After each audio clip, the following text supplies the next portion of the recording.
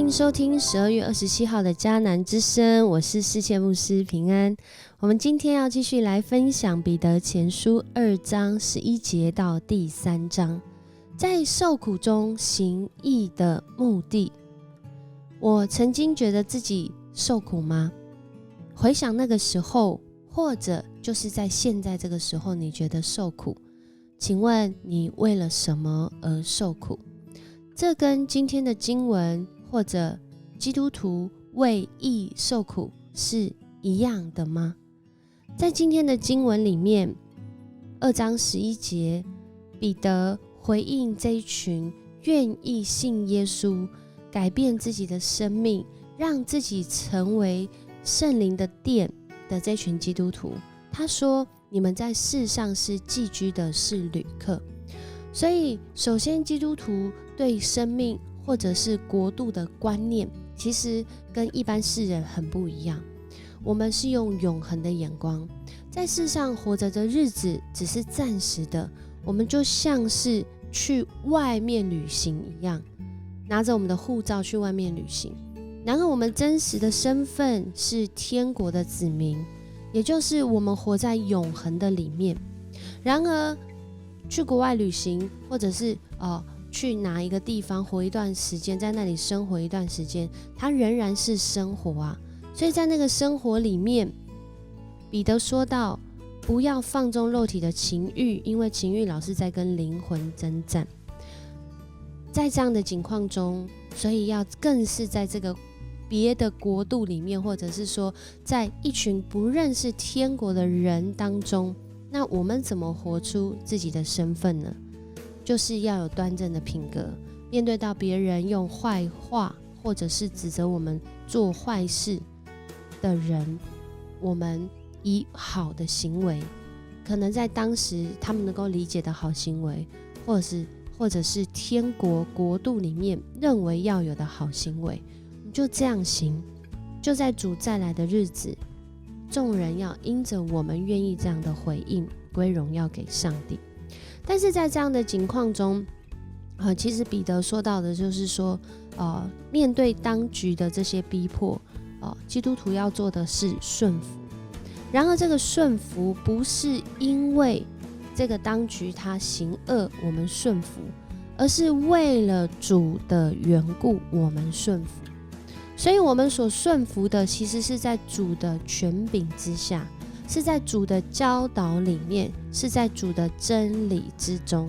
那我们就能够分辨到底我们在顺服什么，我们不愿意降服在怎样的恶势力，或者是怎样的不好的对待。所以基督徒其实在这里面说到的受苦，并不是一个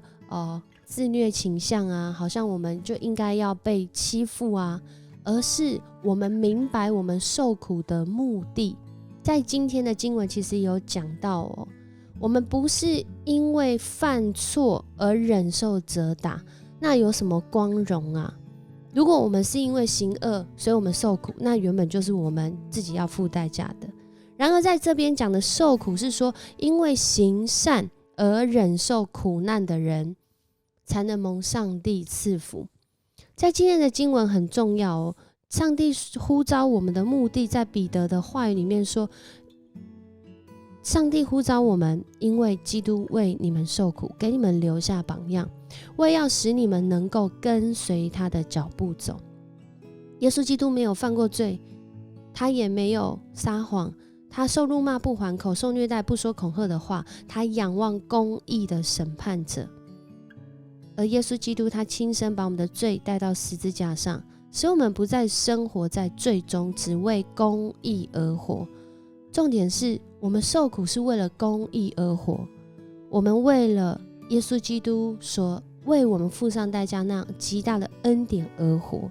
所以在接下来就有举例到，特别是讲到很亲密的关系，丈夫跟妻子，这里在讲到说，所以重点不是我们做了什么样的行为，我们把自己弄得很漂亮，把自己弄得好像很有这些资源，很有这个就班啊这样子，而重要的是我们有没有活出在上帝的真理中那个顺服的态度。我们相信上帝亲自要来拯救。在这里举了一个例子，可能会对许多人来说是一个挑战，因为他举的例子是亚伯拉罕信心之父，他也有信心软弱的时候。当这个亚比米勒王看到他的妻子撒拉非常的喜欢，可是在那个时候亚伯拉罕他信心软弱了，他就谎称撒拉是他的妹妹，而且还跟他讲好。那如果你是撒拉，在当时你会怎么想？我想现在这个两性平权性别平权所以很多的时候人家在讲这件事的时候，可能马上跳出来的就是这个权力的议题。然而在这里，在当时代，女性很多时候被看作是财产的时候，撒拉她好像没得选，她顺服。然后在彼得的话语中说，她仰望上帝的圣洁，妇女也都以服从丈夫来装饰自己。她不是以那外在看得见来装饰自己，而是透过她的行为。可是她这样的行为其实在当时非常的危险，因为亚比米勒王真的就把她抓走带走了。但是在这当中一个关键，人真的会软弱，真的好像在那受苦中也可能会失了差错。然而上帝出手责备这个亚比米勒王，让他吓一跳，怎么这个人是亚伯拉罕的太太，怎么会说是他的妹妹？赶快把她还给他。上帝都知道我们在受苦中到底能够忍受多少，我们的心会不会偏差，我们会不会就在那受苦中，其实我们反而成为了那个从受害者变成加害者的人。所以今天的经文RPG 祷告经文说，不要以恶报恶，以辱骂还辱骂，相反的要以祝福回报，因为上帝呼召我们的目的是要赐福给我们。我们在世上因着相信耶稣基督，我们改变我们自己的生命，我们一定会遇到不适应甚至不舒服的地方。然而这些看似受苦的经历，如果是为了行善的目的，如果是为了上帝的公义，如果是为了领受上帝的赐福，那么这就是我们要受的苦。而在这受苦中，彼得前书13节说今天经文13节说，为义受苦也多么有福啊！因为当我们敬畏基督，以他为主的时候，有人要我们解释心里的盼望的时候，如果我们是预备好，我知道我为了什么受苦，我知道我很清楚，我站在真理中，我倚靠神，我可能要走错了，但神把我带回来。当我们用那谦恭温和的态度回答，以清白的良心，让那些侮辱我们，觉得我们作为基督徒表现出来的这些行为，他们觉得不怎么样啊，看不起啊，觉得毁谤啊，他们就在基督徒愿意活出一致的生命的时候，自己会感到惭愧。在今天的经文里面，面对到受苦，我想没有一个人的苦比耶稣基督所受的苦还要大。因他受的鞭伤，我们得医治；因他受的刑罚，我们得平安。甚至在经文当中讲到耶稣基督受苦，还有一个很特别的，可能之前我们都没有特别看这段经文。19节说，他曾以这灵，就是在耶稣基督肉体被处死的时候，他的灵却被救活。他曾以这个灵，还记得吗？耶稣基督他死后下阴间，3天后从死里复活。他以这个灵去向那些被囚禁的灵传道。什么样的囚禁的灵呢？就是那些不信从上帝，从挪亚那个时代就不信从上帝，他们可能在阴间，可能在哪里。在今天的经文说，当时进入方舟人不多，只有8个人。那在方舟以外的人呢？他们的灵魂有得救吗？耶稣基督他死下到阴间，有人这样说，他到阴间去传福音，让许多可能从没听过福音的人因此有了盼望。我想这段的经文的诠释是许多的学者去回应的。然后如果我们愿意相信，那我想耶稣基督的恩典是大过人的想象的，所以有一些人他可能来不及信主就离开了，那我们真的不用太担忧，因为耶稣基督是胜过死亡的权势的，就即使是死亡之后都有他的掌权。然而活着的人更是要警醒，预备自己，不要错失恩典的机会。让我们来到主的面前，恳求主来帮助我们，真实的来寻求他的心意。特别在那受苦之中，每一个受苦，如果我们清楚知道是为了什么，而这件事情它是有指望有盼望的。我受苦，我被家暴，我就一直忍耐但它不会改变，是没有盼望的。然而如果你受的苦，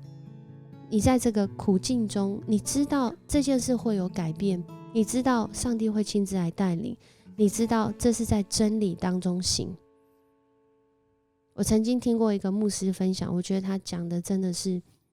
他说什么叫背起十字架来跟随主，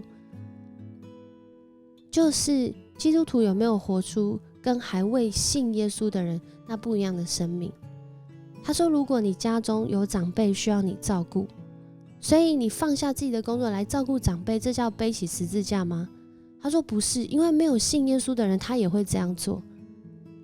然而如果今天我是为了真理的缘故，我是为了福音的缘故，为了救恩的缘故，我牺牲自己的权益，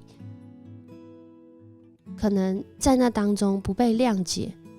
可能我11奉献，可能我去参加聚会，可能我在每一天祷告，我被嘲讽，我被开玩笑，我被说你们基督徒就是这样阿们阿们的。那这个受苦就是在主的里面，在真理的里面为义受苦，就是真的背起自己的十字架来跟随主。然而这当中很考验我们，因为很多时候很容易在那个不知道未来的境况中人就放弃了。所以在初代的教会，特别彼得前书可能是主后64年这段时间写的，初代的教会接下来会面对到很大的受苦。我们都知道罗马帝国后期他们这逼迫基督徒，然后就在这当中，基督徒他们仍然持守这个信仰，他们不愿意跟着这个罗马的皇帝崇拜，他们不愿意吃这个很有社会地位的这个祭肉，他们不愿意跟这些好像在当时很有主流文化的这个很前面的人，跟他们一起享受在那个宗教崇拜之后的飨宴，会因为这样失去许多的机会。然而也就是因为他们持守这个信仰，所以当人真实需要的时候，他们对他们的生命，对基督徒的生命很好奇，什么原因你愿意这样回应，你愿意忍耐，你愿意改变，你愿意活出一种生命，让人觉得怎么在这样的情况中仍然这么喜乐。这时候基督徒就会告诉他，因为我信耶稣，因为我知道我在世上是寄居的，然而我有永恒的生命，因为我知道此时我面对的伤痛，但我要再添加再相聚，所以我心里有盼望，我不至于绝望失落。这就是基督信仰很美的地方。我们看似是牺牲，其实是荣耀。我们看似是失去了自己的权益，但却得着了从基督来的生命。我们一起来祷告。主，谢谢你的恩典在我们当中，使我们能够透过今天的经文来分享你为我们钉十字架，死复活升天，即将再来的这一系列的盼望。感谢你在这个岁末年终的时候，使我们再一次来思想，我们在受苦中为什么要行义，为什么要活出与你和好的关系，